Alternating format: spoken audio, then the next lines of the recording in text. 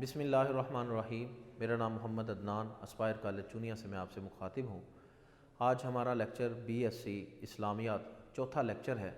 آج ہم پڑھیں گے حروف جار کسے کہتے ہیں، حروف جار کی تعریف کیا ہے اور حروف جار کیا عمل کرتے ہیں جب اسماء پر داخل ہوں اور ان کے معنی کیا کیا ہیں، یعنی ہر ایک حرف جو ہے وہ کتنے معنوں میں استعمال ہوتا ہے۔ آج ہم اس کو تفصیل کے ساتھ انشاءاللہ پڑھیں گے۔ تو آج ہم پڑھیں گے حروف جار کے بارے میں کہ حروف جار کسے کہتے ہیں، اس کی کتنی اقسام ہیں، یہ معنوی طور پر اور عملیت کے اعتبار سے یہ حروف کے اندر استعمال کس طرح ہوتے ہیں اور یہ کیا عمل کرتے ہیں۔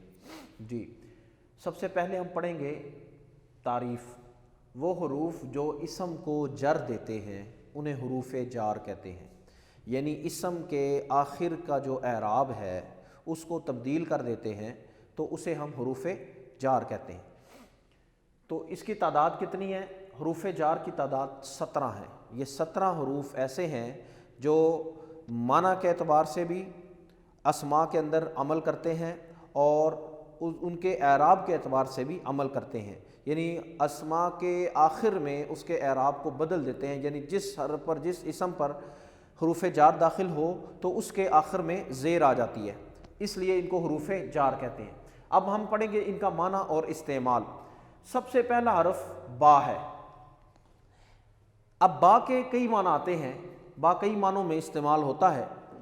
با مصاحبت کے معنوں میں بھی استعمال ہوتا ہے۔ اس کی مثال جیسے وزنت بالمیزان، میں نے ترازو کے ساتھ وزن کیا، میں نے وزن کیا ترازو کے ساتھ، اسی طرح یعنی ساتھ کے معنی میں آتا ہے۔ اسی طرح دوسرے نمبر پر با جو ہے وہ ظرفیت کے معنی میں آتا ہے، یعنی میں کے معنی میں بھی آتا ہے۔ اس کی مثال جیسے ولید بمکہ تھا کہ وہ آدمی مکہ میں پیدا ہوا، مکہ میں پیدا ہوا، یہ میں کے معنی میں بھی آیا، ظرفیت کے معنی دیے۔ اسی طرح تیسری قسم یعنی با قسم کے معنی میں بھی آتا ہے، جیسے باللہ، اللہ کی قسم، یہ قسم کے معنی میں بھی آتا ہے۔ چوتھے نمبر پر یہ با زائدہ بھی ہوتا ہے، یعنی اس وقت یہ موجود ہوتا ہے اور اس کی وجہ سے اس کے آخر کا جو اسم ہے اس پر اعراب کی یہ تبدیلی کرتا ہے، یعنی زیر دیتا ہے، لیکن معنی کے اندر اس کا کوئی عمل دخل نہیں ہوتا، معنوی اعتبار سے یہ ضائع ہوتا ہے۔ جیسے اس کی مثال وَمَا اللَّهُ بِغَافِلٍ عَمَّا تَعْمَلُونَ، کہ اللہ تعالیٰ تم جو عمل کرتے ہو، اللہ تعالیٰ تمہارے تمام عملوں پر اللہ تعالیٰ خبردار ہیں، اللہ تعالیٰ تمہارے عملوں سے اللہ تعالیٰ بے پرواہ نہیں ہے کہ اللہ تعالیٰ کی نظر میں تمہارے جو عمل ہیں وہ ختم ہو گئے یا اللہ تعالیٰ کو تمہارے اعمال کا پتہ نہیں ہے۔ تو کبھی یہ بات زائدہ بھی ہوتا ہے، یعنی اس کا مطلب یہ ہے کہ یہ اعراب میں تو اثر ڈالے گا، یعنی جس اسم پر داخل ہوگا تو اس کے آخر کو زیر دے گا، لیکن معنی کے اعتبار سے یہ زائدہ ہوگا، جیسے وَمَا اللَّهُ بِغَافِلٍ عَمَّا تَعْمَلُونَ، اللہ تعالیٰ بے خبر نہیں ہے جو تم عمل کرتے ہو۔ اب یہاں پر با نے کوئی ساتھ کا معنی نہیں دیا، کوئی اس نے مصاحبت کا معنی نہیں دیا، کوئی ظرفیت کا معنی نہیں دیا، یہ با زائدہ ہے، لیکن حروف یعنی عمل کے اعتبار سے یہ جو غافلن ہے اس کے آخر میں یہ زیر دے رہا ہے۔ جی، اس کے بعد دوسرے نمبر پر ہے تا۔ تا یہ قسم کے لیے آتا ہے، جیسے تاللہ لأکیدن اصنامکم بعد ان تولوا مدبرین، حضرت ابراہیم علیہ السلام کا جو واقعہ ہے کہ جب حضرت ابراہیم علیہ السلام کو مشورہ دیا کہ آپ بھی ہمارے ساتھ آئیں، تو ابراہیم علیہ السلام نے انکار فرمایا اور کہا کہ تاللہ، اللہ کی قسم، لأکیدن، میں ضرور کوئی تدبیر کروں گا، اصنامکم، تمہارے بتوں کے بارے میں۔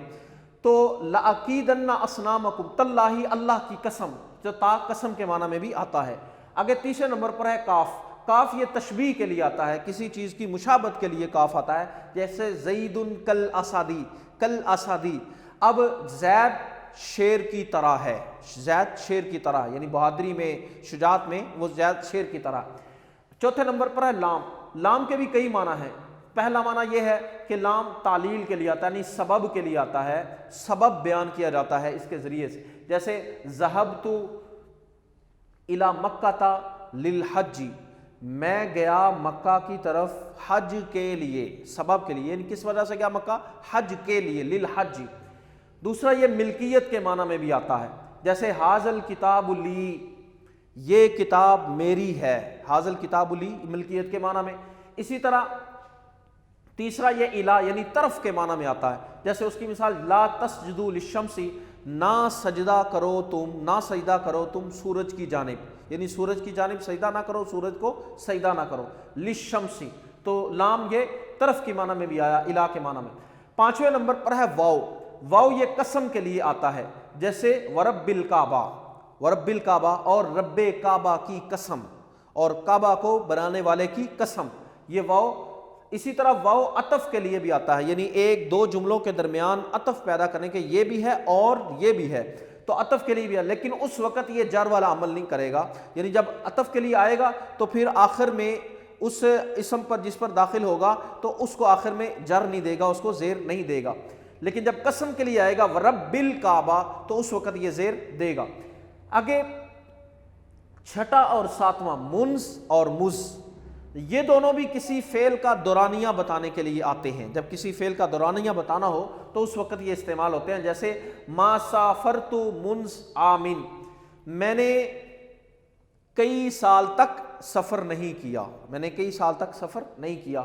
اسی طرح آگے 8واں 9واں اور 10واں حاشا، خلا اور عدا، یہ 3 حروف بھی حروف جارہ کہلاتے ہیں اور یہ استثناء کے لیے آتے ہیں، یعنی سوائے یا مگر کے معنی میں آتے ہیں.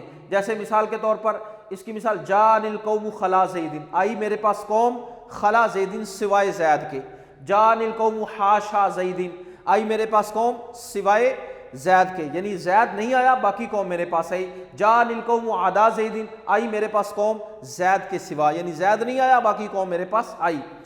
اسی طرح 11ویں نمبر پر ہے ربا یہ قلت کے معنی میں بھی آتا ہے اور کثرت کے معنی میں بھی آتا ہے، یعنی کثرت کے معنی میں بھی استعمال ہوتا ہے اور قلت کے معنی میں بھی استعمال ہوتا ہے. اس کی مثال جیسے ربا بلدن قد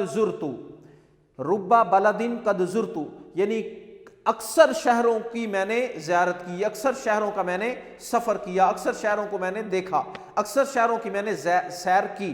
اسی طرح قلت کے معنی میں بھی ربا بلدن قد زرتو کہ بہت کم شہروں کی میں نے سیر کی. 12ویں نمبر پر ہے من، حرف من. یہ ابتدائیہ بھی ہوتا ہے، من بیانیہ بھی ہوتا ہے اور من بازیہ بھی ہوتا ہے. ابتدائیہ سے مراد یہ ہے کہ کسی چیز کی ابتدا کو بیان کرنے کے لیے آتا ہے، جیسے خرجت من البیت، نکلا میں گھر سے. اب نکلنے کی ابتدا کہاں سے ہوئی؟ گھر سے. تو یہ من نے ہمیں بتایا کہ کسی نکلنے کی ابتدا گھر سے ہوئی ہے. دوسرے نمبر پر بیانیہ، یعنی کسی چیز کی وضاحت کے لیے بھی من آتا ہے، جیسے فجتنبوا الرجس من الاوثان، یعنی بچو گندگی سے، یعنی بتوں سے، یعنی بت گندگی ہے ان سے بچو. اب من نے وضاحت کی کہ کون سی گندگی ہے جس سے بچنا ہے، تو بتایا گیا کہ بتوں سے بچو، وہ گندگی ہے. اسی طرح من بازیہ کے معنی میں بھی آتا ہے، یعنی کچھ کے معنی میں، جیسے قرأت من الدعاء، میں نے کچھ دعا پڑھی، میں نے دعا کا کچھ حصہ پڑھا، میں نے کچھ دعا پڑھی. اسی طرح 13ویں نمبر پر ہے حرف فی یا ظرفیت کے معنی میں آتا ہے، یعنی میں کے معنی میں. تو اس کی مثال جیسے العلم فی الکتب، علم کتابوں میں ہے، علم کتابوں میں ہے. اب اس فی نے اعراب کے اعتبار سے کتب یعنی با کے آخر میں زیر دی، اور اس نے فی کے معنی میں بھی، یعنی معنی بھی اس میں بدلا، معنی کے اعتبار سے بھی فرق آیا اور اعراب کے اعتبار سے بھی فرق آیا. اسی طرح 14ویں نمبر پر ہے ان. یہ ان جدائی کے معنی میں بھی آتا ہے، دوری کے معنی میں بھی آتا ہے، اور ویسے معنی کے اعتبار سے یہ سے پڑھا جاتا ہے. جیسے اذهب اللہ عنکم نخوۃ الجاہلیہ، دور رکھا اللہ تعالیٰ نے تم سے نخوۃ الجاہلیہ، جاہلیت کی برائی، تم سے. اسی طرح رمیت السہم، میں نے تیر پھینکا، عن القوسی، کمان سے، الی الصید، شکار کی طرف، یعنی شکار کی طرف میں نے عن القوسی، کمان سے تیر پھینکا. اب یہ دوری کے معنی میں بھی آ رہا ہے اور تیر دور پھینکا جاتا ہے. اب 15واں اور 16واں حتی اور الہ ہے. حتی اور الہ یہ انتہا کو، کسی چیز کی انتہا کو ظاہر کرنے کے لیے آتے ہیں. مثال، اس کی مثال الہ کی مثال جیسے خرجت من بیتی الی السوق، نکلا میں اپنے گھر سے سوقی، بازار کی طرف، یا نکلا میں اپنے گھر سے بازار تک میں گیا، یہ انتہا کو بیان کیا. اسی طرح حتی یا حتی مطلع الفجر، یعنی یہاں تک کہ فجر کے طلوع ہونے کا وقت ہو گیا، یا فجر کے طلوع ہونے تک. یہ لیلۃ القدر کی اس کی تعریف، اس کی فضیلت کے بارے میں فرمایا کہ لیلۃ القدر کا وقت فجر کے طلوع ہونے تک ہوتا ہے. اب یہ ایک چیز کی انتہا کو ظاہر کیا گیا ہے، وہ کس نے ظاہر کیا؟ حتی نے. آگے 17ویں نمبر پر ہے علا، یہ بلندی کے معنی میں آتا ہے، پر کے معنی میں، اوپر کے معنی میں، جیسے ان اللہ علی کل شیء قدیر، بے شک اللہ تعالیٰ ہر چیز پر قادر ہیں، اللہ تعالیٰ ہر چیز پر قدرت رکھنے والے ہیں۔ اب آگے علماء نحویین نے ایک شعر، ان کو تمام حروف کو جمع کر کے ایک شعر انہوں نے بنایا ہے کہ اگر ہم اس شعر کو یاد کریں تو 17 کے 17 حروف جار ہمیں اس کے اندر آ جائیں اور وہ بھی ہمیں آسانی سے یاد ہو جائیں، جیسے باؤ تاؤ کافو لامو واو و منز مز خلا ربا حاشا من عدافی ان علا حتا الا، یہ شعر ہے، اس کے اندر 17 حروف جار کو جمع کر دیا گیا ہے۔ جی اسٹوڈنٹس، آپ کو کوئی اس میں کوئی مشکل ہو، کوئی سوال آپ نے پوچھنا ہو تو آپ کمنٹس میں پوچھ سکتے ہیں۔ جی بہت شکریہ، جزاک اللہ۔